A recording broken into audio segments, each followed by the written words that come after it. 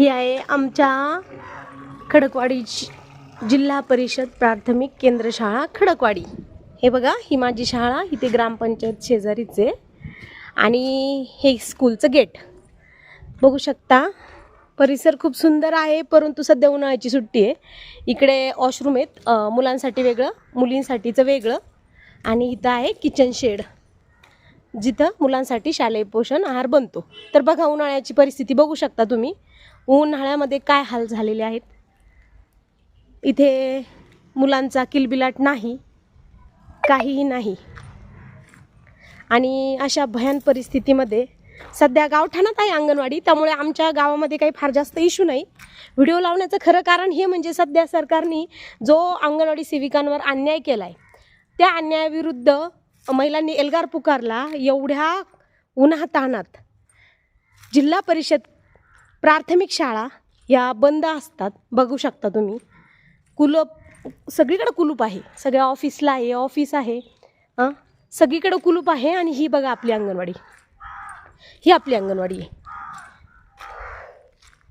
महाराष्ट्रातील सर्व शाळा बंद असतात, जिल्हा परिषद शाळा, महाविद्यालय, हायस्कूल, कॉलेजेस, सर्व महाविद्यालय बंद असताना फक्त आपल्या अंगणवाड्या आपल्याला सुरू दिसतील।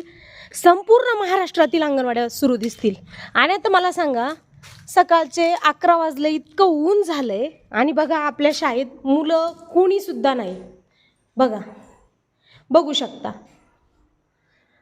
आणि आत्ता सध्या मदतनीस रजेवर आहेत, पुन्हा सेविका शाळेवर असतात एकट्या, कुणीसुद्धा नाही आहे शाळेत। आणि अशा अवस्थेत सेविका रजेवर असल्यावर मदतनीस ताई एकटी असते, मदतनीस रजेवर असल्यावर सेविका ताई एकटी असते।